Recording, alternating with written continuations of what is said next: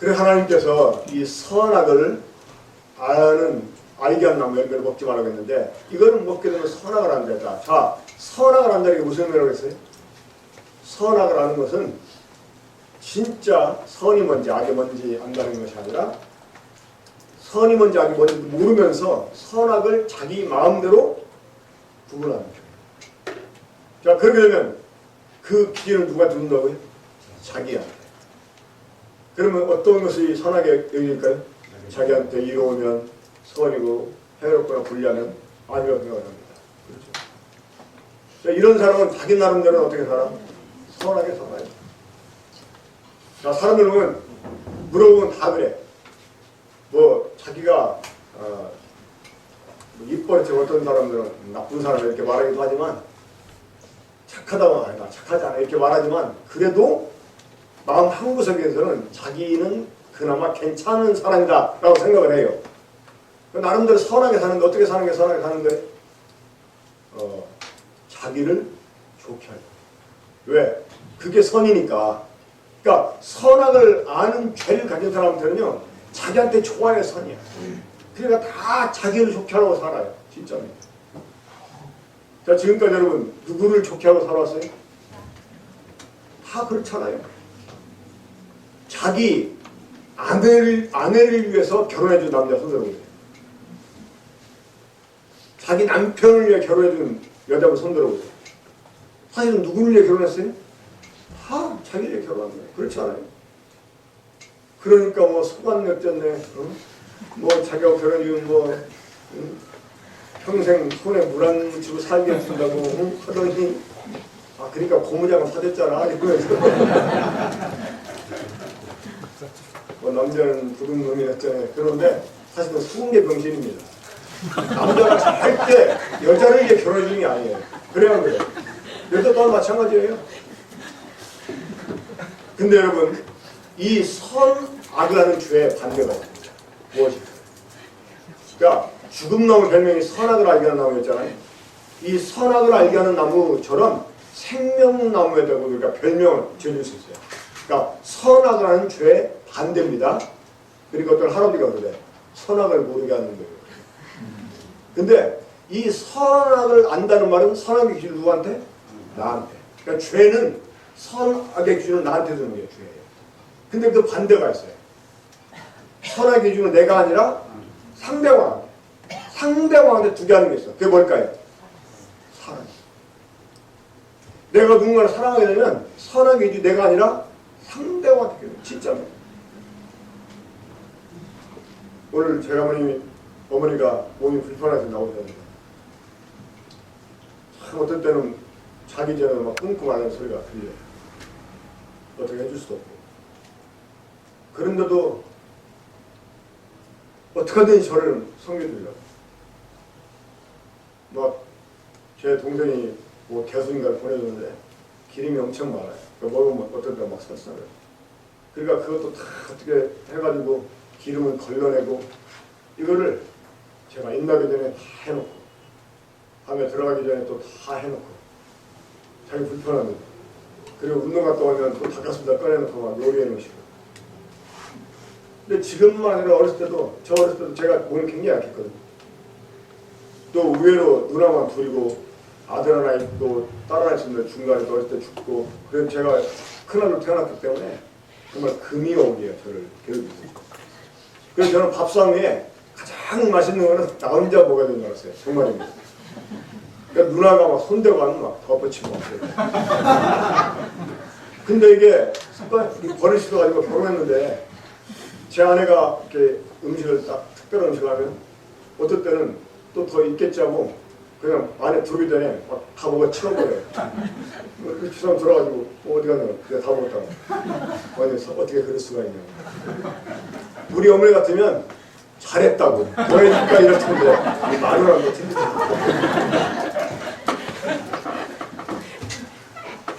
그러니까 이건 나눠 먹어야 되는구나. 근데 그런 제가 결혼해가지고 이제 애를 낳아서 기르는 거예요. 참 하나님 섬기면서 또 교회 개척하고 이러면서 어렵게 정말 살았습니다. 이 생긴 건 정말 없게 보이지 않잖아요. 정말 저 고생 많이 했어요. 애들이 뭐 사달라고 해도 사실 돈이 없으니까 하나님은 나는 니네 진짜 아빠가 아니야. 너희들 어린 날까지 보호해주는 아빠고 니네 진짜 아빠는 하나님이니까 니네 진짜 아빠 하나님께 기도하라고 아빠도 기도해주겠다고 그렇게 말하죠. 정말. 근데 그 어쩌다가 이제 좀 특별한 음식 해서 먹게 되면 내가 좋아하는 것도 이상하게 그쪽으로 젓가락이 안 가요. 애들 자꾸 못 이게 먹게 하고 애들이 먹으면 내가 먹는 것도 더 좋고요. 애들이 안 먹으면 속상해. 그러니까 어쨌든 남게 되니까 먹기는 먹는데 예전처럼 맛이 없어. 왜 그래요? 사랑. 그러니까 정말 사랑하게 되면 이 선악의 기준이 내가 아니라 상대방이 있게 됩니다. 응? 그러니까 이 생명과 별명이 무슨 나무? 사랑나무예요. 그러니까 생명나무 열매를 얻게 된 사람은 사랑하게 돼 있어요. 죽은 나무 열매를 얻게 되면 선악이라는 죄를 가지게 되잖아요. 그렇죠? 이것처럼 생명나무 열매를 얻게 되면 사랑하게 돼 있어요. 그러니까 원래 하나님은 그러니까 원래 이 하나님의 생명은 어떤 그 생명이냐? 우리에게 사랑하게 하는 생명. 그러니까 영생을 얻은 사람은 사랑하게 돼 있어요. 어떤 사람 뭐 구원받았다, 영생 얻었다 그런데도 사랑이 없다. 그건 영생 못 얻는 거죠. 정말. 뭐 그런 말 있잖아요. 그 기침하고 사랑은 감출 수가 없다. 네, 나타나게 돼 있어요. 표시가 나게 돼 있어요. 이것처럼 이 영생 얻으면 사랑을 절대로 억제할 수가 없어요. 자, 하나님은 그래서 사람이 이 생명나무 열매를 따먹고 하나님의 생명을 가지고 우리가 하나님의 아들들이 돼서 하나님과 함께 사랑 가운데서 정말 영광을 함께 누리기를 원하는 이런 목적으로 우리를 만들었어요. 여러분들이 원래 이런 목적 아래 지음받은 것입니다. 근데 사람들이 이 영광에 이르지 못하게 됐습니다. 무엇 때문에 했습니까? 우리 한번 로마서 3장을 보겠습니다. 로마 3장 23절. 이렇게 사람이 존귀하게 영광스럽게 되었는데 하나님 앞에 영원한 영광을 누리게 하려고 하나님 우리 사람을 지으셨는데 이 영광을 이루지 못하게 됐습니다. 무엇 때문입니까? 로마서 3장 23절. 저와 함께 같이 읽어보죠. 시작. 모든 사람이 죄를 범하였음에 하나님의 영광에 이르지 못하게. 무엇 때문에? 죄를 범했습니다. 모든 사람이 죄를 범했어요. 이 아담 한 사람이 죄를 범했을 때, 자 요즘 이제 뭐 벚꽃 많이 지어가고 배나리님이 지었고 이제 조금 있으면 또 철쭉 이런 것들이 활짝 피겠습니다만, 여러분 봄마다 피어나는 꽃이 봄에 만들어진 것입니까? 아니잖아요. 이미 꽃은 언제? 하나님이 태초에 모든 만물을 만들 때 그때 만들어졌어요. 이것들이 다만 씨로 대를 위해서 지금 피어나는 것입니다. 그렇죠? 우리 사람은 이미 하나님이 아담 만들 때 아담 속에 다 만들어졌어요. 근데 지금 씨로 대를 위해서 우리가 태어난 것 뿐입니다. 이해가 되시죠? 그러니까 이 아담이라는 사람이 죄를 범할 때 우리 모든 사람은 다 죄를 범했어요.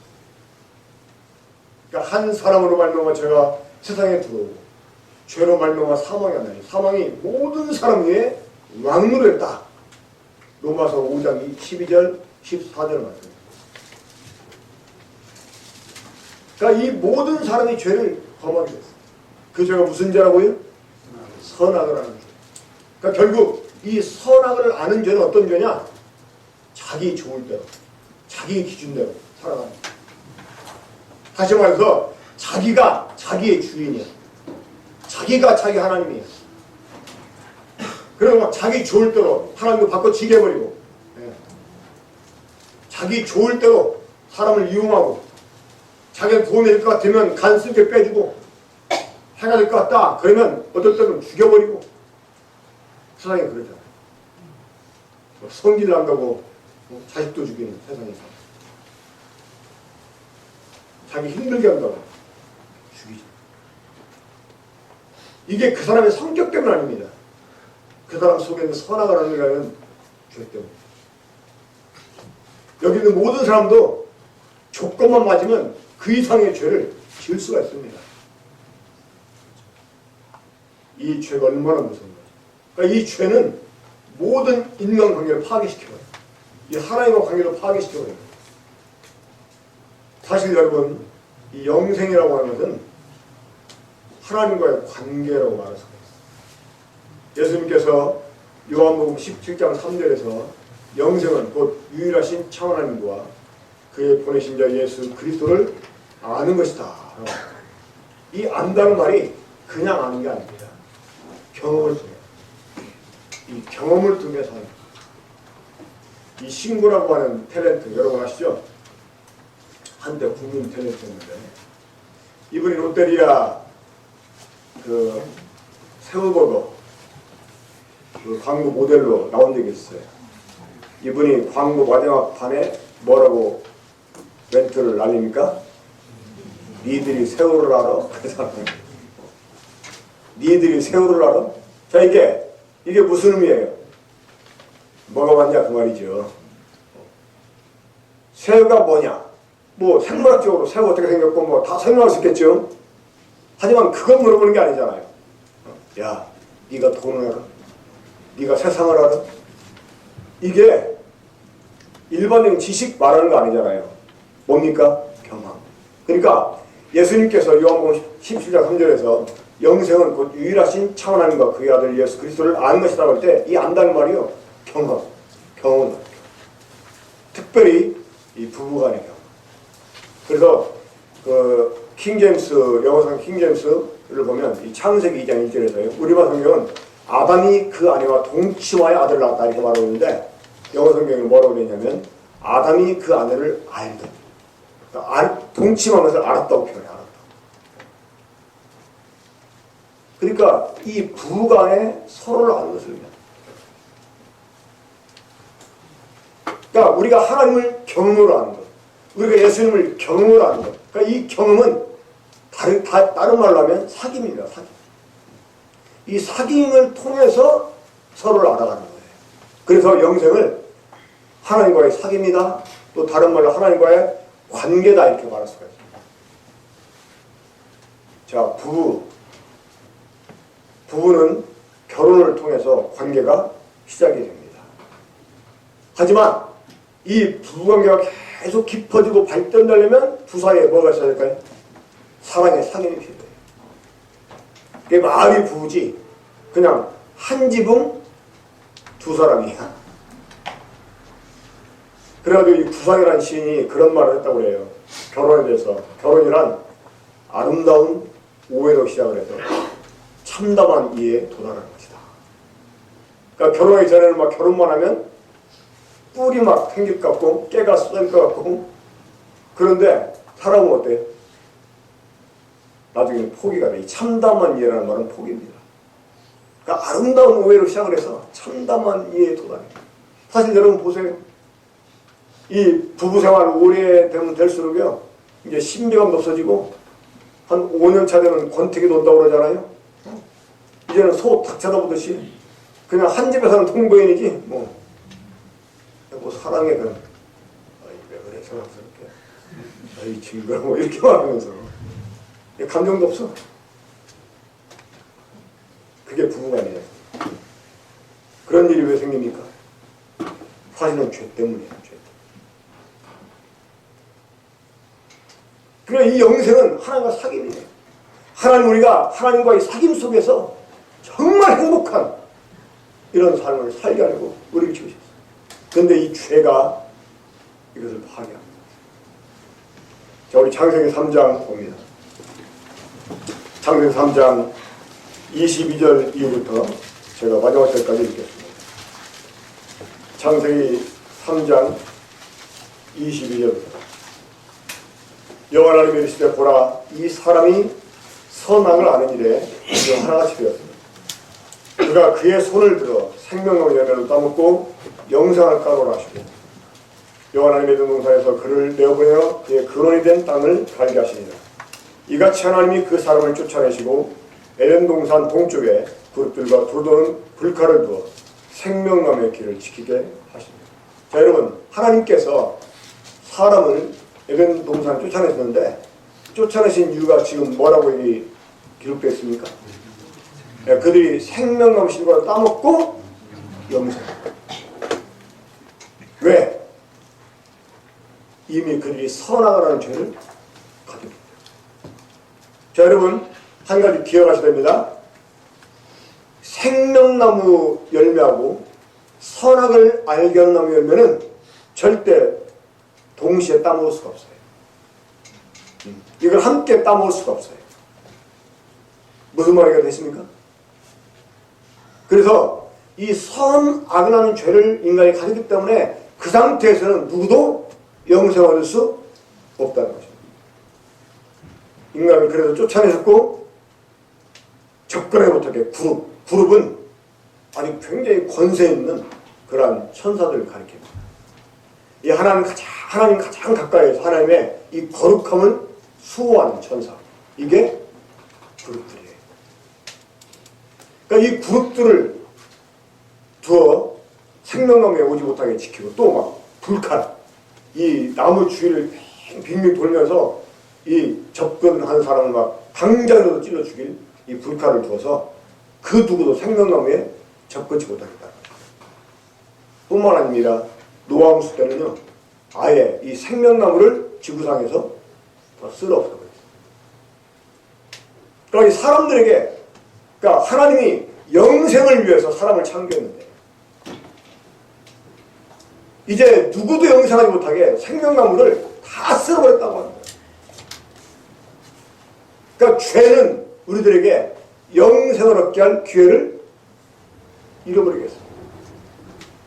이 죄는 이제 하나님 목적에 이르지 못하게, 이 죄는 하나님 영광에 이르지 못하게 만들어버렸다고 합니다. 이제 더 이상 사람들에게는 정말 소망이 없습니다. 하나님이 사형을 이미 선고했다고 제가 말씀드렸습니다. 첫날. 이미 하나님은 우리 사람들에게 사형을 선고했어요.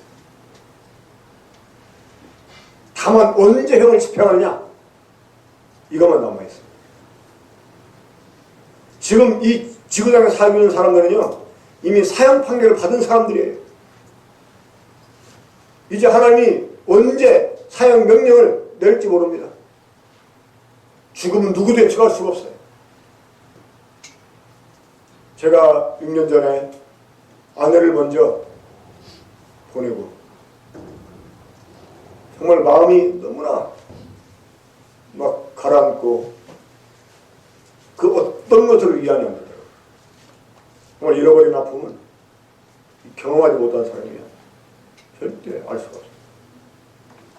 그리고 제가 그 네이버에 있는 이 사별한 사람들 카페 그걸 알게 돼가지고 가게 됐어요. 근데 같은 아픔을 갖고 있는 사람들끼리 다 있으니까 이해는 좀 되더라고요. 근데 저는 아프다고 말할 수도 없더라고요. 내 딸보다 어린 애들이 일찍 결혼해가지고 과거 또 남자들은 그 어린 나이에 애 하나만 달랑 남과 아내를 먼저 보내. 진짜 그런 일을 누가 예상했겠어요? 자기 자신이 과거 될지 자기 자신이 호래가 될지 누가 예상을 했겠습니까? 그렇잖아요. 제 아내는 췌장암으로 세상을 떠났어요. 그 무서운 암이 몸에 있는 줄 누가 알았겠어요? 이미 발견됐을 때는 간으로 전이가 됐고. 사랑하는 여러분, 언제 하나님이 여러분들에게 사형 명령을 낼지 몰라요.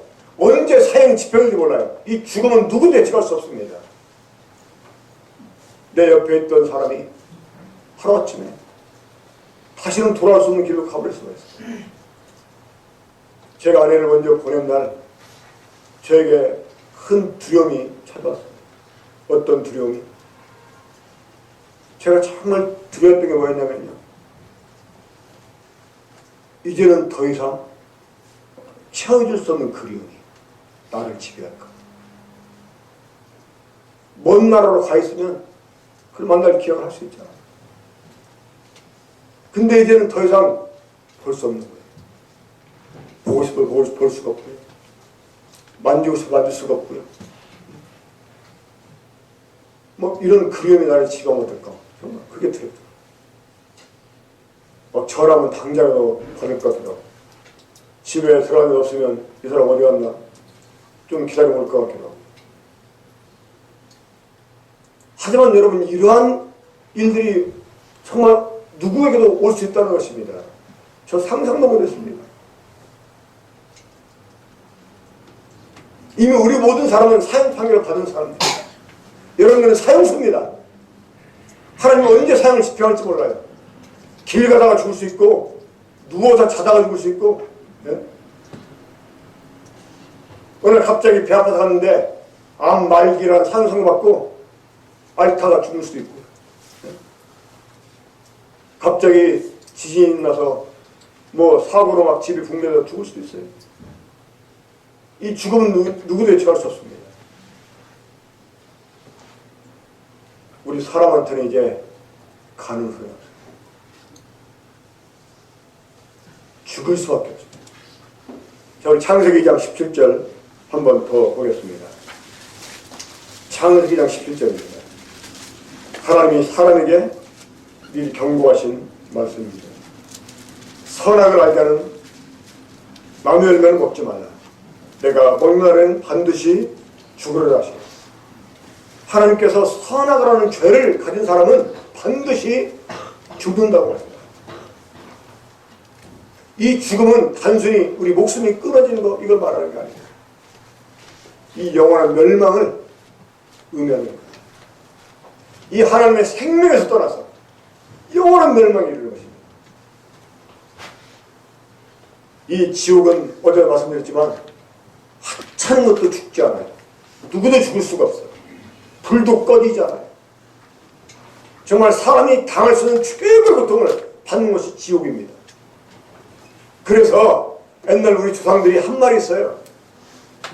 개똥에 굴러도 이승이 났다는 것입니다. 왜? 죽으면 지옥이니까. 그러니까 언제마나 지옥이지만 하루라도 늦게 가면 좋아. 그렇죠? 그러니까 몸에 좋은 거 막 계속 열심히 먹어주고 운동 열심히 해주고, 어차피 죽으면 지옥이니까 하루 늦게 가는 게 더 도움이 되겠죠? 하지만 갑니다. 언젠가 이제 우리 사람한테는 소망이 없어요. 정말. 그래서 사람들이 나름대로 이 구원의 길이 어디 있을까 하고 찾아보다가 만든 게 뭐냐? 종교입니다. 이 철학도 마찬가지예요. 이 철학이라는 말 의미가 지혜를 사랑한다는 뜻입니다. 필로소피아. 그러니까 사람들이 막 지혜를 구하는, 진리를 구하는 거예요. 어디에 진리가 있을까? 뭐가 진리일까? 계속 생각을 해요. 근데 사람은 누구도 거기에 이를 수가 없어요. 자, 그런데 여러분 이제 잘 보세요. 아까 우리 창세기 3장 22절 이후에 보면 하나님이 사람이 생명나무 실과 따먹고 영생을 또한 쫓아내버렸잖아요, 인간은. 그리고 생명나무에 오는 길목을 지키게 하시고 접근을 금지시켰잖아요. 그런데 이런 것과 약간 모순된 말씀이 나옵니다. 요한복음 3장 16절.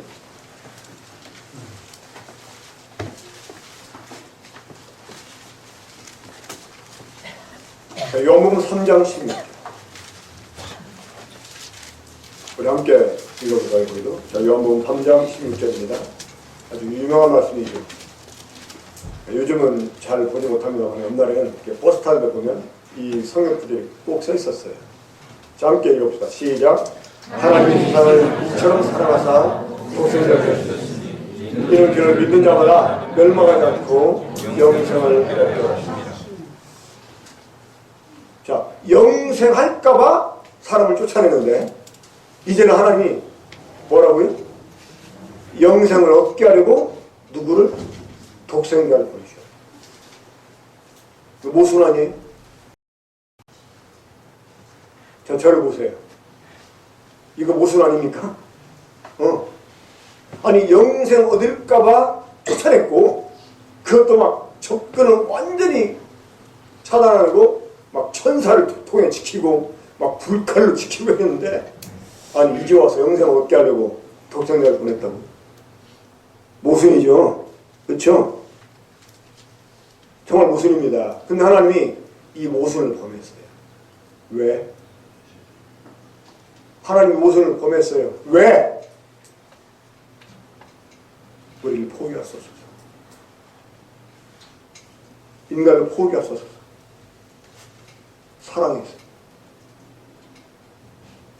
그래서 그렇게 말씀하신 거예요. 하나님이 세상을 이처럼 사랑. 스스로 모순을 범해가면서 영생을 얻게 하려고 아들을 보내셨다는 것입니다. 왜? 우리 사랑. 우리를 포기하소서. 제가 어떤 한 분이 교통사고를 내가지고 그 사고 때문에 상대방 운전자가 죽었어요. 그러니까 이 사람은 과실이 있어서 이제 감옥에 가고 재판을 받게 됐어요. 그것 때문에 제가 이제 법정에 갔었는데 보니까 여러 사람 재판을 하고 있더라고요. 근데 그 중에 한 청년이 재판을 하는데 얘가 지네 아버지를 폭행한 거예요. 그래가지고 아버지가 막 진정서를 내가지고 판사가 이제 풀어주는데 판사가 그러는 거야. 아버지가 자네 아버지가 진정서 내가지고 자네 풀어주는데 법에서 자네 심판하지 못해도 하늘이 자네 심판할 거야. 이렇게 얘기해요. 근데 그 아버지가 이제 그 방청석에 앉았는데 보니까 이 눈동자에 영혼이 없어. 그냥 막 하는 거예요. 자, 그 자식이 태어났을 때 이 아버지 얼마나 기뻐했겠어요. 그렇죠? 아들 태어났다. 또 사람들이 얼마나 자랑했겠습니까? 예? 저 태어났을 때 우리 아버지 막 자전거 타고 다니면서 동네 사람들 막 다 자랑했다고 그래요. 근데 이게 어렸을 때는 좀 말도 듣는 것 같더니 점점 커가면서 말 안 듣고 그걸 자주 혼내주고 이제는 막 좀 크더니 막 대들고 응? 나중에 아버지까지 폭행합니다. 얼마나 기가 막힌 일입니까? 응? 만약 여러분들이 그런 아버지의 입장이 됐다고 생각해요. 얼마나 억장이 무너지겠어요. 어? 아니 효도 받지 못하는 것은 고사하고 그 자식한테 내맞는 아버지 생각해보세요. 저는 그 아버지 보면서 하나님을 생각했습니다. 하나님이 사람을 지어놓으시고요 심히 기뻐했습니다. 하나님이 사람을 얼마나 그 위대한 숭고한 목적을 가지고 만들었는데 그 사람을 만들고 하나님이 얼마나 기뻐했습니까? 근데 그런 인간이 하나님을 거역하더니 지금은 사람들이 여러분 마귀보다 인간이 더 악해요. 마귀는 하나님 두려워해서요 하나님 절대 대적하지 못합니다. 근데 인간은 자기를 창조한 하나님 없다고 말하고 막 욕하고 무시하고 막 이러잖아요. 이건 마귀보다 더 악한 거예요. 인간이. 근데도 자식이 전과자가 될까봐 그런 싸가지 없는 자식이 아버지를 때리는 이런 자식이 그래도 전과자가 돼서 장래에 망칠까봐 찢어지는 가정을 가졌는데도 그 아들 때문에 진정서를 내는 아버지 얼마나 기가 막힙니까? 정령 죽으리라 반드시 죽는다 이렇게 말씀했지만 하나님은 그래서 쫓아냈지만 이런 우리를 포기할 수 없었어요. 사랑이 뭐라고? 그래서 오죽했으면 예수님께서 하나님이 세상을 이처럼 사랑하사 라고 말했겠습니까? 그 하나님이 보내시고마다 그 아드님이 이 땅에 오셨는데 그 하나님의 사랑 때문에 예수님이 오신 거예요. 그 아버지의 마음을 예수님이 아셨기 때문에 하나님이 세상을 이처럼 사랑하사 라고 말씀하셨던 것입니다. 이제는 영생의 기회를 잃어버린 인간, 이제는 멸망할 수밖에 없는 이런 인간들, 이런 인간들에게 영생을 얻게 하려고 하나님이 아들을 보내셨다는 거예요. 자, 에덴 동산에서 사람이 사람이 영생을 얻을 수 있는 방법 무엇이었죠? 바로 생명나무 실과를 따먹는 것이었어요. 어떤 사람들은 그 아담과 하와가 선악을 알게 한 나무 열매를 안 따먹었으면 사람 영생에 줄 것이다 이렇게 생각을 합니다. 말을 하고. 근데 그거는 잘못된 것입니다. 그러니까 선악을 알게 하는 나무 열매를 안 따먹었다고 영생하는 게 아닙니다. 그건 죽지 않을 뿐이지 영생하는 게 아니에요. 이 영생은 하나님의 생명이에요. 한번 잠깐 그 부분 확인하고 말씀드리겠습니다. 자, 그 요한일서 5장 11절 보겠습니다. 요한일서 5장 11절. 자, 거기 보시면, 자, 요한일서 5장 11절. 또 증거는 이것입니다. 자, 이 증거가 뭐냐? 그건 하나님이 우리에게 영생을 주셨다는 겁니다. 또 이 생명이 그의 아들 안에 있다는 것입니다. 자, 하나님이 우리에게 영생을 주셨는데 이 영생이 누구 속에? 하나님의 아들 속에 있었다고 하는 거예요. 그 12절에 보면 아들 있는 자에게는 생명이 있고 하나님의 아들 없는 자에게는 생명이 없다. 자, 하나님이 우리에게 뭘 주셨다고요? 영생을 주셨는데 영생이 누구 안에? 하나님의 아들 안에 있었다고 합니다. 그러니까 하나님이 아들을 주셨다 이 말은 영생을 주셨다 이 말입니다.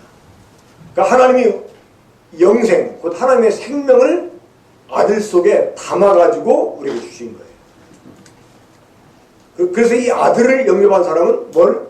하나님의 생명을 영접한 사람이 되는 것입니다. 우리 요한복음 5장 26절 보겠습니다. 요한복음 5장 26절. 그러면 하나님이 이 아들 속에 있게 한 생명은 본래 어떤 생명이냐? 26절 함께 읽어봐요. 요한복음 5장 26절 시작. 아버지께서 자기 속에 생명이 있음 같이 아들에게도 생명을 주어 그 속에 있게 하셨고. 자, 아들 속에 있던 생명은 본래 누구 속에 있는 생명이었어요? 아버지 속에. 아버지.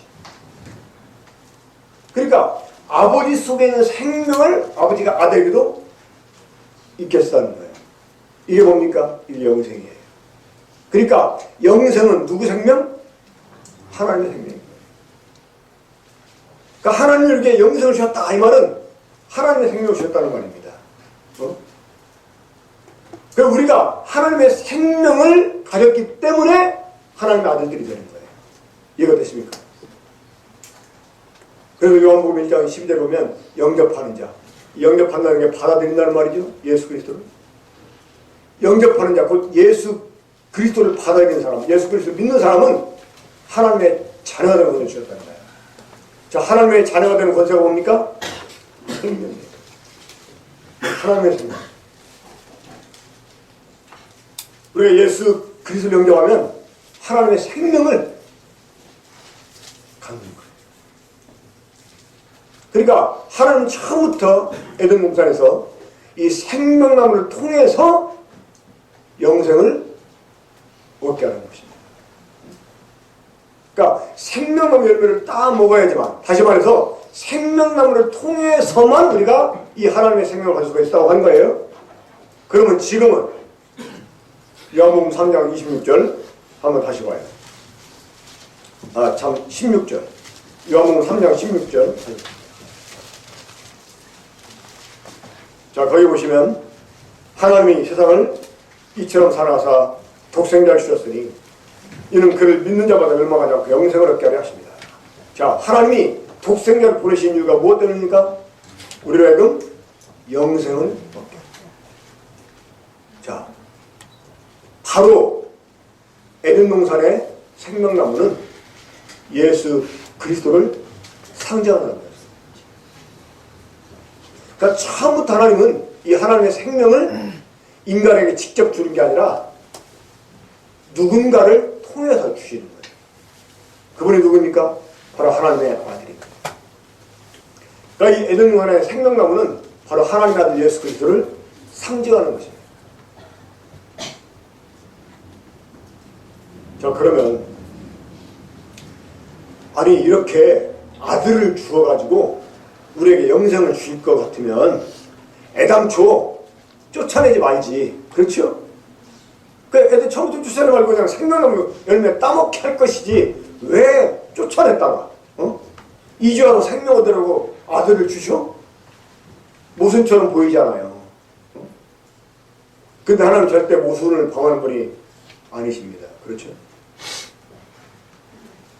자, 그 사이 어떤 일이 있을까요? 우리 요한복음 3장 14절 15절을 보겠습니다. 요한복음 3장 14절 15절 모세가 광야에서 뱀을 들과 같이 인자도 들려하리니 이는 그를 믿는 자마다 영생을 얻게 하십니다. 이 말씀 끝에 예수님께서 요한복음 3장 16절을 말씀하십니다. 그러니까 요한복음 3장 16절만 딱 하나만 보면 사실 이 하나님의 복음을 깨달을 수가 없습니다.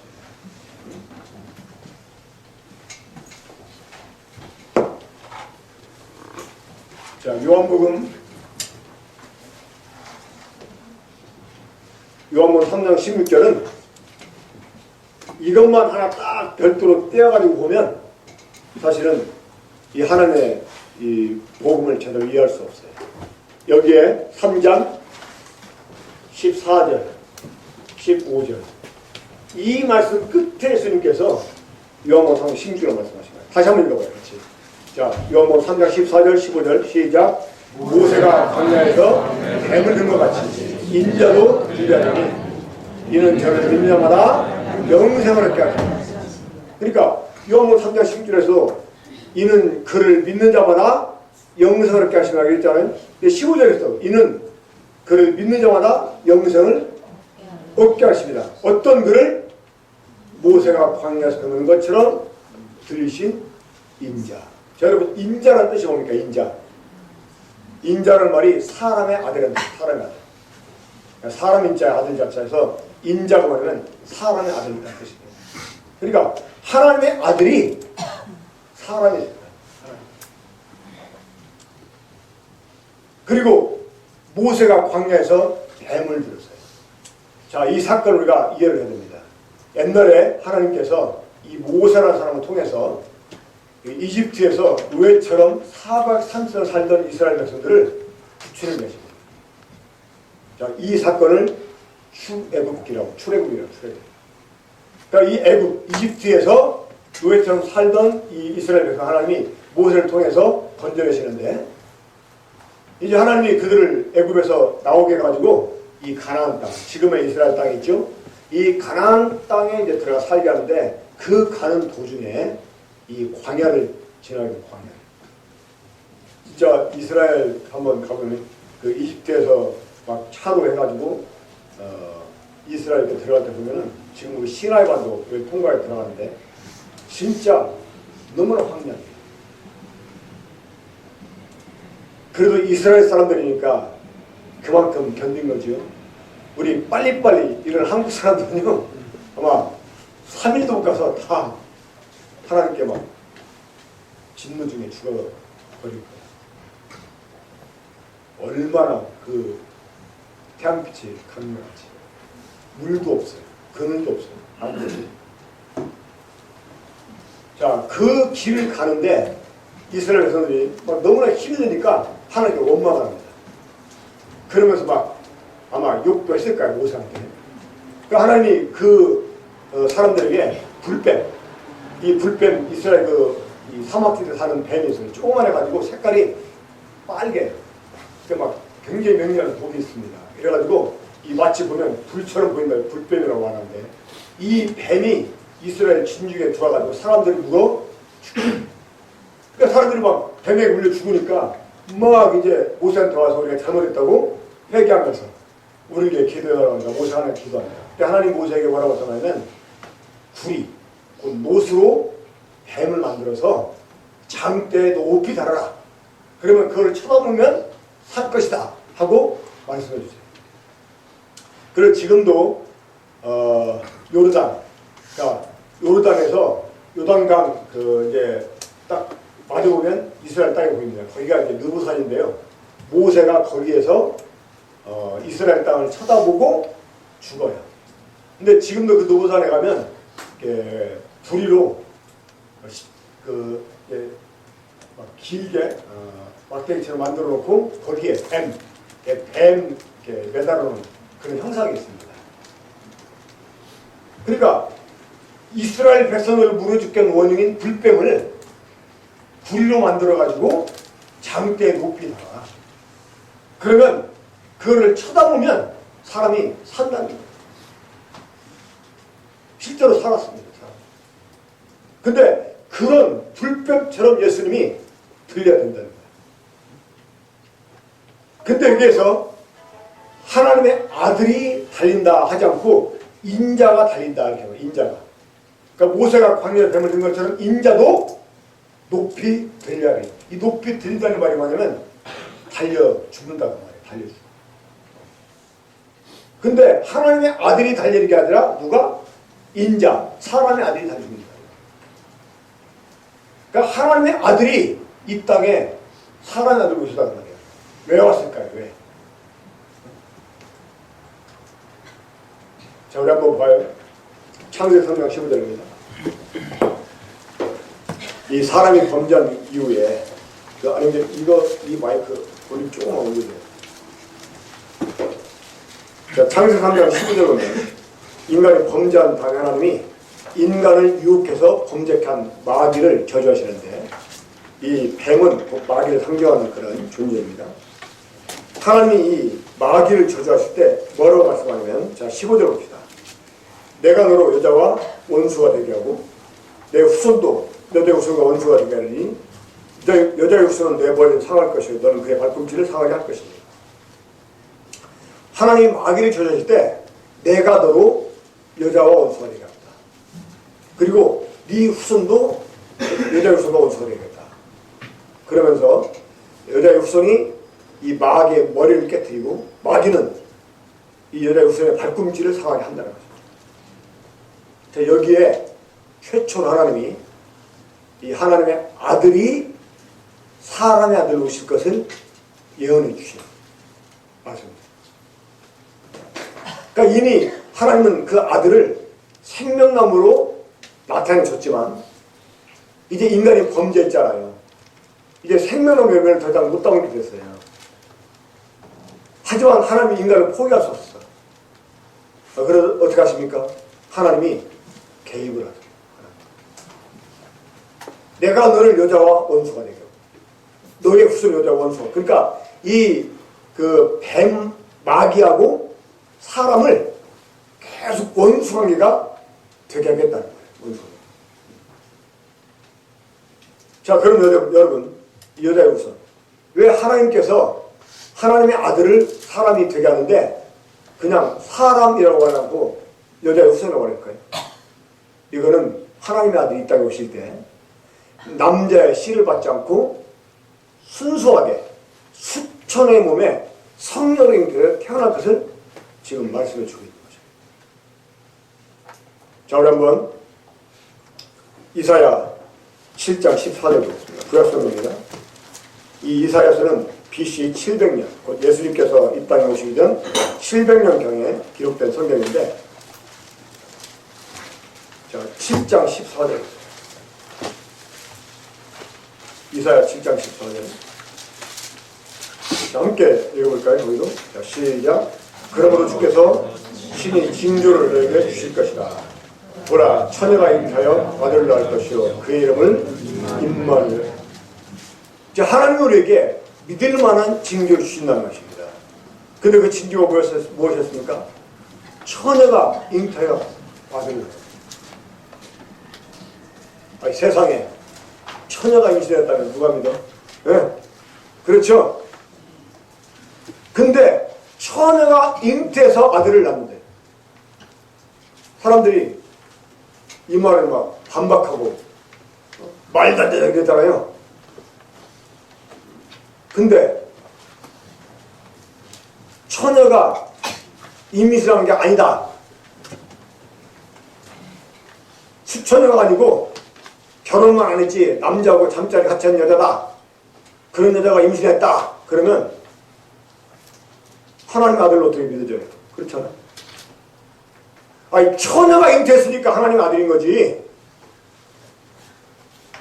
말 되잖아요. 아니, 하나님의 아들이 사람의 아들로 오시는데 하나님의 아들이 사람의 아들로 오신 거, 이거를 성육신, 영어로 인카네이션 이렇게 말합니다. 이 성육신했다. 그러니까 하나님의 아들이 사람의 아들로 오시는데 사람의 몸을 밀어 오시는 거야.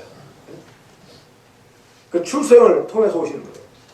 근데 남자의 씨를 받으면 이게 진짜 하나님의 아들이 아닌 거잖아요. 그렇죠? 그건 진짜 사람의 아들만 있는 거지. 하나님의 성령으로 수천의 몸에 잉태해서 태어난 거예요. 그래서 이 예수님을 그래서 여자의 후손, 그러니까 남자의 후손이 아니고 여자의 후손이라고 말씀하고 있는 것입니다. 이해가 되십니까?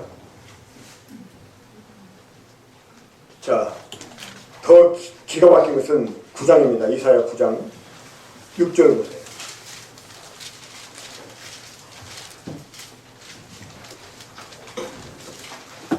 네, 이사야 9장 6절. 이는 한 아기가 우리에게, 자, 이게 처녀가 지금 이렇게 아들을 낳는 건데, 이 아기가 우리에게 낳고 한 아들이 우리에게 주마되는데, 그의 어깨는 정사를 메었고 그의 이름은 무엇입니까? 기묘자, 모사라, 또 전능하신 하나님, 영존하시는 아버지, 평강. 여러분, 한 아기가 태어났는데 그 이름이 뭐라고요? 전능하신 하나님. 이게 말이 됩니까? 인간적으로 말이 안 되죠. 하여간 말이 됩니다. 왜? 사실이니까.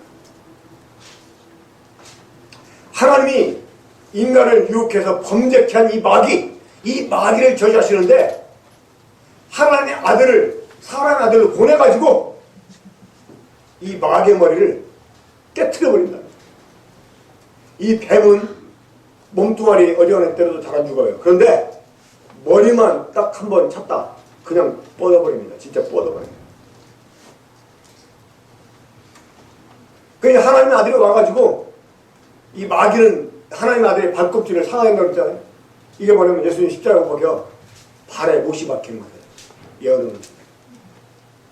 그러니까 예수님은 십자가에 박혀 죽으시지만 그것은, 그러니까 이 하나님의 아들이 오셔가지고 이 뱀의 머리를 발로 팍 닿는데 이 뱀은 예수님 발꿈치를 딱 물어버린 거예요. 그러면서 완전히 그 머리가 깨져버리죠. 그러니까 이 마귀의 머리를 깨뜨려서 이 죄와 사망의 권세를 깨뜨려버리고 거기에 얽매 있는 우리 사랑을 구원해 주실 분으로 하나님이 오신다. 이런 예언인 것입니다. 자, 모세가 광야에서 뱀을 당하죠. 이 모세가 광야에서 뱀을 들었어요. 자, 하나님이 이 뱀을 뭘로 만들으라고 했다고요? 구리, 노스로. 여러분, 노시 뭘 상징하냐면 이 하나님의 성전에서 하나님께 이 제사를 드리는 기구들이 많이 있는데 거의 모든 기구가 다 금으로 되어 있습니다. 금으로. 근데 노스로 되어 있는 게 있어요. 어떤 것들? 죄를 용서하기 위해서 이 제사를 드리는데 사용된 거, 이게 다 노스로 되어 있습니다. 제단, 또 이 손을 씻는, 더러움을 씻는 이 배야, 이런 것도 다 노소래요. 그러니까 노소는 뭘 상징하냐면, 의미하냐면 심판. 하나님이 죄를 심판한다. 이 의미가 노석에 있는 거예요. 그러니까 이 이스라엘을 부르짖게 한 이 불병을 노소로 만들어라 하는 말은 무슨 의미가 될까요? 이 뱀을 하나님이 심판했다는 거예요. 이 마귀를 하나님이 심판했다는 말입니다.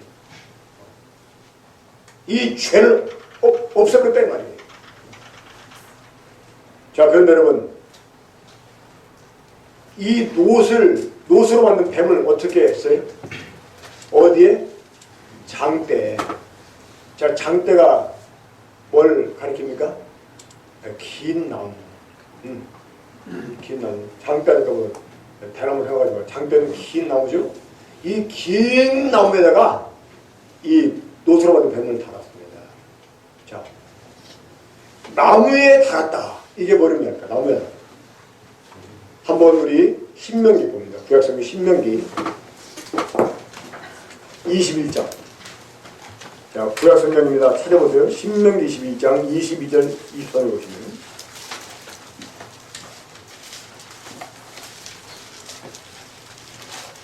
신명기 21장 22절 23절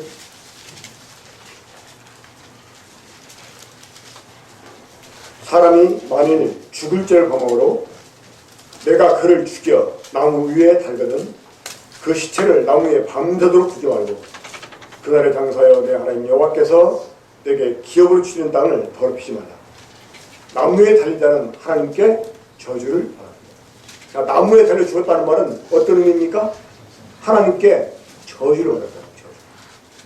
그러니까 그 이스라엘을 부르 죽게 한 이 불뱀을 불의로 만들어라. 이거 하나님 심판했다는 거죠. 나무에 달아라. 이거 뭘 의미한다고?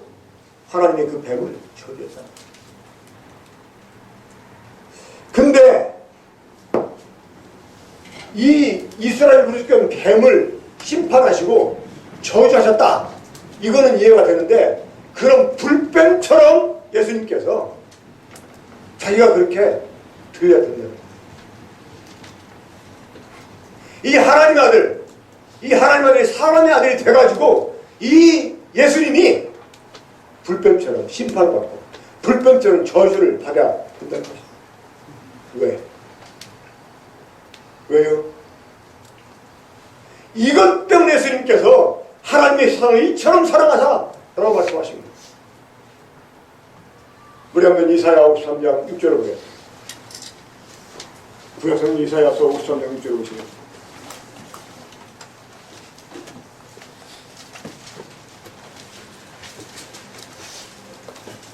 이사야 53장 6절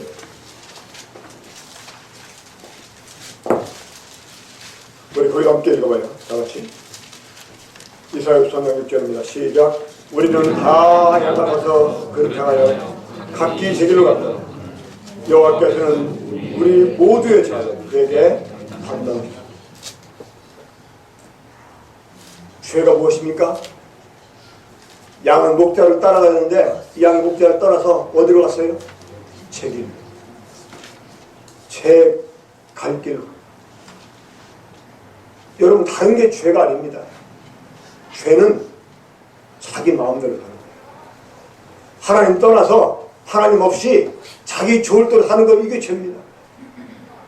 그러니까 우리 모든 인생은 다 이렇게 그릇한 양처럼 자기 좋을 대로 살아왔어요. 그렇죠?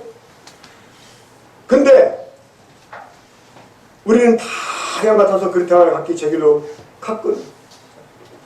이 갔건을 이게 무슨 의미입니까? 갔건을. 그렇게 갔음에도 불구하고 그렇게 갔으면 그냥 멸망하게 내버려 둬야 되는데 그렇게 했어도 어떻게 했다는 하나님이 우리 모두의 죄악을 그가 누구입니까? 예수. 사람의 아들이신 하나님의 아들에게 다 짊어지겠다는 것입니다. 여러분 하나님이 이미 여러분의 모든 죄를 저를 보세요. 하나님이 이미 여러분의 모든 죄를 다 들어서 예수님께 짊어지게 했습니다. 우리가 우리 죄를 예수님께 갖다 맡기는 게 아닙니다. 무슨 염치로? 그렇죠? 근데 이미 하나님이 우리의 모든 죄를 예수님께 다 짊어지겠다는 것입니다. 자 여러분 그러면 하나님 여러분들의 모든 죄를 예수님께 다 짊어지겠다면 여러분들 죄가 있어요 없어요? 있습니까 없습니까? 우리 수환씨 뭐 딴 생각했나? 없죠. 당연히 없죠. 왜? 하나님이 이미 예수님께 짊어집니다. 여러분 이것은 여러분 믿지 않는 사실입니다.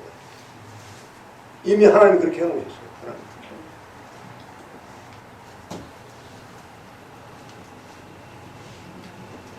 이제 예수님은 죄인 아닌 죄인이 되십니다. 온 세상의 모든 죄가 예수님께 다 지어지게 되죠. 이 예수님을 바라봤던 구약의 마지막 예언자 새 요한이라는 사람이 예수님 가르쳐서 이렇게 말했습니다. 우리 요한복음 1장 29절 보겠습니다. 요한복음 1장 29절 보십시오. 이 구약의 마지막 예언자였던 요한이라는 사람이 예수님을 보고 이렇게 말해요. 이튿날 요한이 예수께서 자기에게 나아오심을 보고 이르되 같이 거기로도 시작. 보라, 세상 육조를 지고 가는 하나님의 어린 양. 보라, 세상 육조를 지고 가는 하나님의 어린 양. 자, 우리 이어서 요한일서 2장이죠. 요한일서 2장이죠. 보라, 세상 육조를 지고 가는 하나님의 어린 양. 자, 2장 2절 같이 읽어봐요. 자, 시작.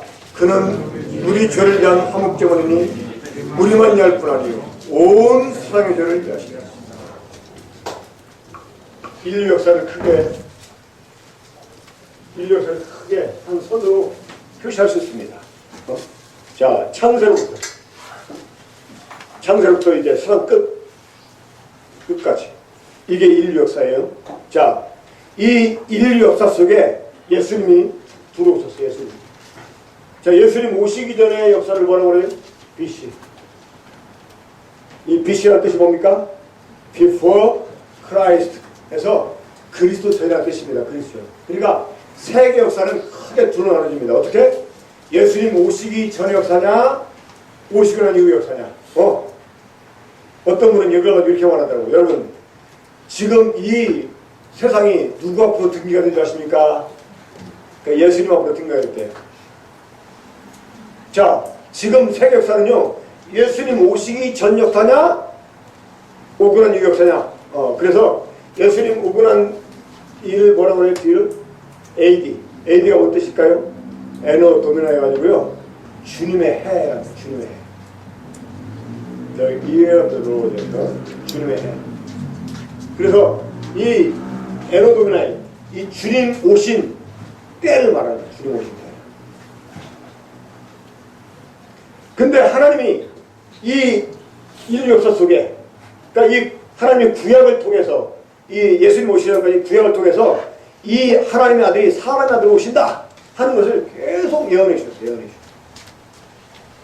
그래서 이 구약의 모든 죄를 전부 다 예수님께 짊어지게 하겠습니다. 그리고 이 세상 끝난 흥미하고 태어난 아이의 죄까지 이게 바로 온 세상의 죄입니다. 저는 우리 죄를 위한 화목제물이니 우리만 위할 뿐 아니요 온 세상의 죄를 위하십니다. 그러니까 하나님이 이 땅에 있는 모든 사람의 죄를 예수님께 짊어지게 했어요. 자, 여러분에게 죄가 있습니까? 없습니까? 없습니다. 그 죄를 누가 가져갔어요? 예수. 바로 이제 예수님은 죄인 아닌 죄인이 되셨고요. 죄의 원흉이 됐어요. 죄의 원흉. 하나님이 이 예수 그리스도 불법처럼 심판하신 거예요. 불법처럼 저주하신 거예요. 우리가 받아야 될 심판을, 우리 사랑이 받아야 될 저주를 예수님 드린 거예요. 왜요? 왜? 이 죄를 해결하자. 이 죄를 처리하자면 우리에게 영생을 얻게 할 수 없어요. 선악이라는 죄를 가진 상태에서는 영생을 얻을 수도 없다? 없어요. 근데 하나님은 우리에게 영생을 얻게 하려고 아들을 보냈어요. 근데 우리가 선악이라는 죄를 가진 상태에서 그냥 영생을 얻게 한다? 이러면 하나님 정말 모순된 분이야. 그렇죠? 근데 하나님이 모순을 범하는 게 아니잖아요. 그러니까 우리가 이런 영생을 얻기에 합당하게 하려고 먼저 우리 죄를 처리하십니다. 우리를 처리하려고 생명나무, 그때는 생명나무 그냥 열매만 따먹으면 됐는데 이제는 이 생명나무가 우리 같은 사람이 돼가지고 우리 죄를 짊어지고 우리가 받을 저주를, 우리가 받을 심판을 대신 받아주시면서 우리 죄값을 예수님이 다 갚아주시고. 왜? 그래야 영생을 얻을 수 있습니다. 이 구원이라는 말은 건진다는 말입니다. 이 영원한 멸망에서, 이 사망에서, 죄의 저주에서 건지는 거예요. 근데 이 건지는 게 중요한 게 아니야. 건지는 게. 진짜 구원은 하나님의 목적에 이르게 하는 것입니다. 하나님의 목적에 이르는 게 뭐예요? 영생은.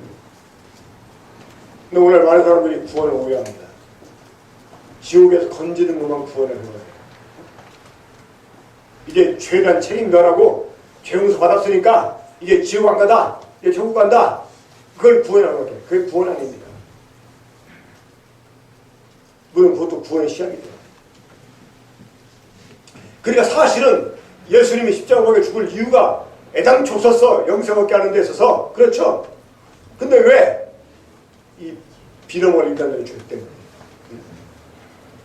비름을 나 때문에 다 같이 빌어먹을 나 때문에. 맞아요. 그렇죠? 우리의 그 죄악 때문에 하나님의 아들이 오신 거예요. 우리의 죄악 때문에 이 생명나무가 우리 같은 몸을 갖고 오셨다고 합니다.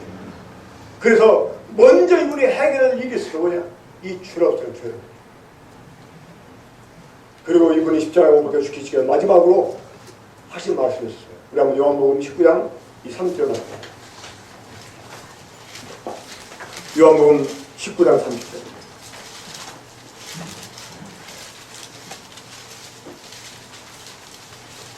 자, 요한복음 19장 30절 한번 거기도 찾아서 함께 읽어봅시다. 자, 함께 읽어요. 시작. 예수께서 신 포도주를 받으신 후에 이르시되 다 이루었다 하시고 머리를 숙이니 영혼이 일어나셨다. 예수님 십자가에서 못 박혀 죽기 직전에 다 이루었다 하고 돌아왔습니다. 이 다 이뤘다. 이 말을 헬라어로 테텔레스타이라고 해요. 테텔레스타이. 자, 우리 한번 다 같이 해볼까요? 테텔레스타이. 테텔레스타이. 예수님께서 십자가에서 죽기 직전에 테텔레스타이 하고 있습니다. 이게 무슨 말이냐? 모든 계산을 끝마쳤다. 내가 다 갚아주었다 뜻입니다. 영수증 언제 줘요? 모든 계산이 끝나면. 제가 그래서 한번 그런 장난 해본 적이 있었는데 중국 음식 이제 시켜가지고 배달이 왔어요. 내가 돈을 주면서 테텔레스타이 얘기하고 그랬어요. 이 양반이 뭔 말인가? 모든 계산이 끝마쳤을 때 하는 거예요. 테텔레스타이. 이제 계산 끝났네? 내가 분명히 다 갚았어? 이게 바로 테텔레스타이. 예수님 십자가에서 테텔레스타이. 내가 너의 모든 죄값을 다 갚아주었다. 이렇게 말씀하신 것입니다. 그럼 여러분, 예수님이 우리의 모든 죄값을 다 갚아줬다면 우리가 지옥 갈 이유가 있습니까? 없습니까? 없어요. 근데 지금 사람들이 지옥 가. 왜? 이걸 몰라가지고 못 믿으니까. 이걸 몰라 못 믿으니까. 중동에 갔던 한 왕국의 왕자가 차를 너무나 좋아했어요. 그래가지고 새 차가 나오면 이 사람이 꼭 그 차를 타고 테스트를 합니다. 근데 한번 스포장을 타고 막 사모로 가는데 도중에 차가 고장나고 그래가지고 이제 그야말로 조난을 당한 거죠. 이 왕자는 차를 운전만 할 줄 알았지 차를 붙을지 몰랐거든. 근데 왕자가 이제 며칠 안 돌으니까 나라가 막 발칵 뒤집힌 거야. 이래가지고 막 수소문에 찾았는데 보니까 죽어졌어. 그래서 이제 그 차하고 시체를 가져오는데 갑자기 정비사는 나가니 우리 왕자님이 죽지 않으셨습니다. 그러니까 난 어떻게 자동차에 뭐가 있어요? 물이 있죠. 그러니까 그 물을 마셨으면 안 죽었어야 돼요. 탈진해 죽은 거예요. 그러니까 자기를 구원해 줄 수 있는 물이 옆에 있으니까 몰라가지고 그러니까 사람들이 지옥 갈 죄가 있어 이제 가는 게 아닙니다. 물론 죄 때문에 지옥 가지만 이제는 지옥 안 가도 되는 방법이 생겼어요. 근데도 왜? 몰라. 이 영국이 한참 살기 힘들 때 영국에서 막 이민 빠진 것입니다. 지금 이 자리에 뉴질랜드의 이민의 산역사 잠깐 한번 일어나시겠습니다. 이연수라는 분인데 감사합니다. 이분이 인생극장 상중시대 이 TV에 나오신 분이에요. 유명한 분이에요. 아는 사람 알더라고. 그 뉴질랜드 이제 저희 뉴질랜드에서 그냥 8년 넘게 살다 왔는데 갑자기 소개하다가 제가 이제 뻔을 얘기하지. 그러니까 뉴질랜드에 가면 박물관에 가면 그 뉴질랜드 한참 영국에서 이민 올 때 그 영국에 붙였던 포스터가 있어요. 그러니까 그때 너무나 먹고 살기 힘드니까 잘 살아보자. 마치 새마을 오는 사람 잘 살아보자. 이민 가서 잘 살자 하는 이런 포스터가 있어요. 이것처럼 이제 미국으로 이민을 많이 갔잖아요. 응? 사실 이 미국이 이민자들로 세워진 나라지 않습니까? 근데 이제 막 먹고 사는 때 어떤 사람이 그 미국에 이민 가가지고 상곡을 했어요. 근데 영국에서 고생하는 자기 조카, 이 조카한테 이제 미국 오라고 편지를 써 보냈는데 이 조카가 그 당시 영국이 어떤 상태냐면 하루 종일 일을 해도 하루 겨우 먹고 삽니다. 그래도 막 그 고생을 하는데 어느 날 미국에서 삼촌한테 편지가 온 거예요. 그런데 미국에 오라고. 네가 미국 오면 야, 영국에 대한 반절만이라도 아주 잘 살 수 있다. 그런데 미국 갈 생각에 이 사람이 여비를 준비를 한 것입니다. 바로 막 굶어가면서 돈을 모으는데 이 여비가 말이 안 되는 거예요. 그래도 막 포기할까 생각해서 어느 날 또 편지가 왔는데 편지 속에 백표가 딱 들어있는 거예요. 막 다 정리하고 이제 이 젊은 사람이 청혼의 꿈을 안고 배를 타고 미국으로 가게 됐어요. 가슴이 부풀어 올라가는 거예요. 미국 가서 뭐 할까? 근데 조금 지나니까 배가 고파. 근데 보니까 밥 사먹을 돈이 없어요.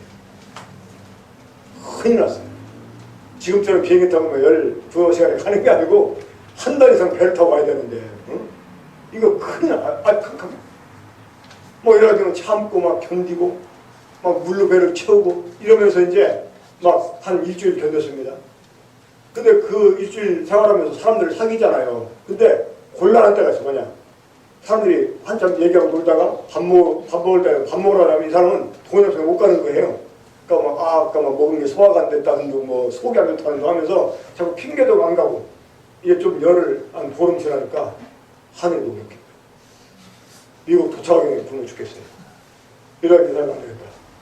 그냥 와들이거나 붉은이거나 죽으면 똑같으니까 먹거나 죽지 하고 이제 식당에 갔습니다. 원래 막 배고프면 음식 많이 떠오릅니다. 제가 금식이보다 알아요.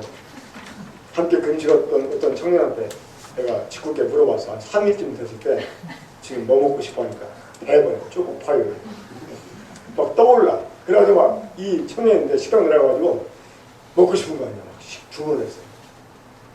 막 정신없이 먹었죠. 근데 이제 배가 차오르니까 걱정이 되는 거야. 이거 어떡하나. 그래. 에이, 남자가 배짱이지. 웨이터를 불렀어요. 얼마냐고. 계산하고. 그러니까 웨이터가 아니 이 계산 내가 음식 이 계산 갖고 오라고 하니까 아니 지금 장난하시냐고.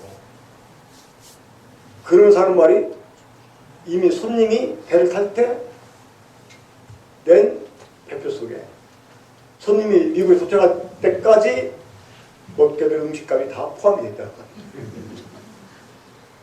아마 그 말 들으니까 얼마나 억울해. 그러니까 굶자라도 되는데 생으로 굶는 거예요. 왜? 뭐 때문에? 몰라서. 이게 지옥 갈 사람 없다니까요. 예수님이 다 이뤄놓으셨어요. 예수님. 우리가 갚아야 될 모든 죄값 다 지불해 놓으셨다고. 이제는 예수님 믿기만 하면 영생 그냥 주어지는 거야. 선물로. 믿습니까? 네. 우리 영수씨 확신인데 믿습니까? 지금 당장 죽어도 하나님 나라 갈 수 있는 확신이지. 왜? 예수님이 다 지불해 놓으셨어요. 다 같이 테텔레스타이. 모세가 광야에서 뱀을 든 것 같이 인자도 들려리니 이는 그를 믿는 자마다 영생을 얻게 하려 하십니다. 그러니까 이 선악하는 죄 때문에 우리 영생 얻을 기회를 박탈당했어. 그렇죠? 근데 이제 이 선악하는 죄를 예수님이 십자가에서 못 박혀 죽으심으로 우리가 받을 심판을 대신 받아주심으로 우리가 받을 저주를 대신 받아주심으로 모든 죄값 다 갚아주셨기 때문에 이제 우리는 예수님께 나와서 영생을 얻으면 되는 것입니다. 요한복음 1장 12절 다시 한번. 요한복음 1장 12절.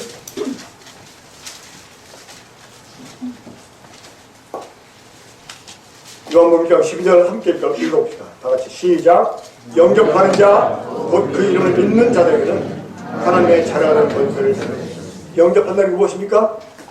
받아들인다. 예수님. 이 예수님을 받아들이는 거이게 예수 믿는 거예요. 그러면 무엇을?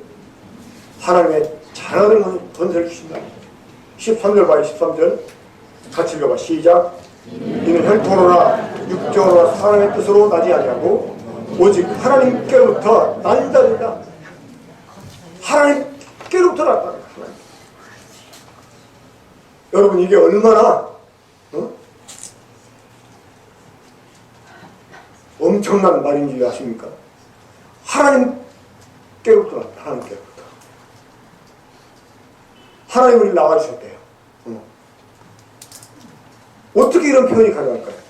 바로 예수님을 통해서 하나님의 생명이 우리에게 주어졌기 때문에 아버지의 생명이 아들을 통해서 우리에게 주어졌기 때문에 우리가 이제 하나님의 아들이 됐다는 거예요. 그냥 말로만 아버지가 아니고 이 자녀를 입양시키면 그거는 정말 무늬만 아버지야. 그래야 하는 거예요. 그냥 법적으로만 아버지가 아들이지 실제로 아버지 아들이 아니잖아요. 그렇죠? 근데 우리가 하나님의 아들 됐다고 하는 것은 무늬만 그렇게 됐다는 게 아닙니다. 이거는 입양 수준하고 다른 거예요. 하나님의 생명이 우리 속에 들어간다. 저는 이 사실을 생각할 때마다 정말 가슴이 터진다. 어느 날 막 잠자고 누웠는데 문득 이 생각이 떠오르. 하나님께로부터 난 자들이에요. 어떻게 감히 이런 말이 나에게 해야. 근데 하나님이 지금 이렇게 말씀하시는 거예요. 하나님이 너는 나에게서 났다는 거야. 넌 나에게서. 내가 하나님 속에서 나온 건 아니지만 똑같다는 거야. 그러나 어떻게 하나님의 생명이 내게 주어졌다. 나는 정말 별 보려는 사람이지만 내 속에 하나님의 생명이 있구나. 이거 생각하니까 너무나 감동이 돼요. 그러니까 여러분 예수님이 십자가에서 우리의 모든 죄를 짊어지고 못 박혀 죽으시고 우리의 모든 죄가 다 해결해 주신 것은 무엇 때문에? 우리에게 영생을 얻게 하려고. 하나님의 세상을 이처럼 살아서 도생을 위해서 이는 저를 믿는 것 멸망치 않고 영생을 얻게 하려고. 지금 멸망당할 마땅한 우리를 하나님이 포기 참고 이런 우리 버리지 않고 이런 우리 구원해 주시기 위해서 다시 여전히 우리에게 영생을 얻게 하시기 위해서 하나님이 아들까지도 그냥 우리 죄값을 내어주셨다. 이게 하나님의 사랑. 우리 한국에부터 봅시다. 로마서 5장 8절입니다. 자, 로마서 5장 8절.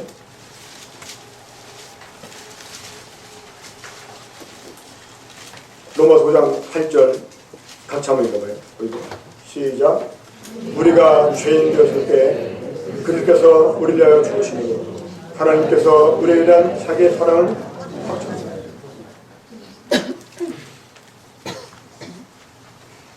죄인을 대신해서 하나님의 아들이 십자가에 죽으셨습니다. 이건 우리를 위한 하나님의 사랑의 확증입니다. 하나님이 이처럼 우리 사랑하셨습니다.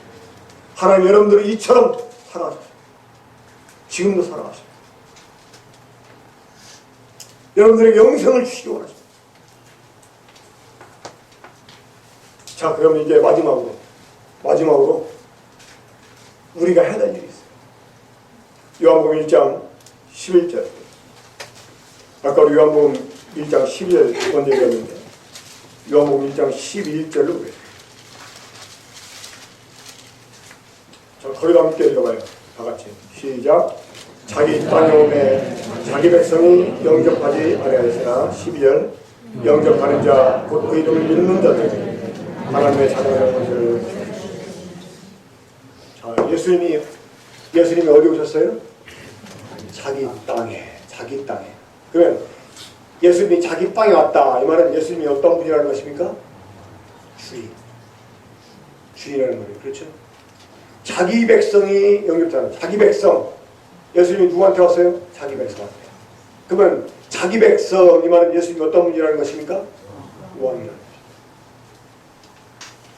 그러니까 다시 말해서 우리의 진짜 주인입니다. 그렇죠? 우리의 진짜 왕입니다. 지금까지는 누가 내 삶의 주인이었어요? 내가. 지금까지 누가 내 왕이었어요? 내가. 이게 바로 죄입니다. 이게 바로 선악을 하는 죄고요. 그렇죠? 그러면 선악을 하는 죄를 가진 상태에서는 영생 얻을 수도 없다? 없다. 내가 주인이고 내가 왕인 상태에서는 예수님 영접할 수 있다? 없다? 없다는 거예요. 그러니까 영접하는 자 그랬는데 예수님 뭘 영접하는 것입니까? 자기 땅에 오신 주인을, 자기 백성에 오신 왕을 영접하는 거 말이에요. 그러니까 예수님을 자신의 왕으로, 자신의 주인으로 영접한다 그 말입니다. 그러면 예수님을, 자, 저를 보세요. 예수님을 여러분들의 주인으로 왕으로 영접하려면 우리가 해야 되는 일이 있습니다. 어떤 일일까요? 자, 생명나무 실과를 따먹으려면 어떻게 해야 될까? 자, 선악을 하는 죄를 가진 상태에서 우리가 생명나무를 따먹으려면 먼저 해야 되는 일이 있어요. 어떤 일이겠어요? 다 같이 토해야 돼, 토해. 뭘 토해? 선악과 토해야 돼요? 이미 선악과 완전히 소화된 사람이 있어. 그런 사람은 죽어도 예수님 압니다. 근데 얹혀있는 사람, 이 체험은 괴롭잖아요. 그러니까 죄 때문에 막 괴로워하고, 자기의 모습의 삶 때문에 괴로워하고, 나는 왜 이럴까? 이렇게 괴로워하는 사람이 있죠? 이 사람은 지금 선악과 먹고 체한 사람들이야. 그건 토해내야 돼요. 그래 안 그래요? 선악과 토해내는 방법 뭘까? 회개. 회개가 뭐예요? 주인 바꾸는 거야. 주인 바꾸는 거야. 내가 네 주인 된 거 포기하는 거예요. 냄새나고 좋으니까 토해내세요? 십자가 피로 깨끗이 씻어낼 수 있으니까 토해내세요. 더러워도. 빨리 토해요. 이거 안 토하고 예수님 믿는 사람들 많아. 그러니까 선악과를 먹고 생명과를 도둑질을 먹은 사람이 이 사람들. 하나님 절대 그런 사람한테 생명나무 열매 줍니까 안 줍니까? 영생 줍니까 안 줍니까? 안 줘요. 근데 예수님 뭐 우리 죄를 뭐 죽으셨고만 이제 다 갚아줬고 예수 믿기만 구원받고 나 믿네 해가지고 구원받는 사람 많아요.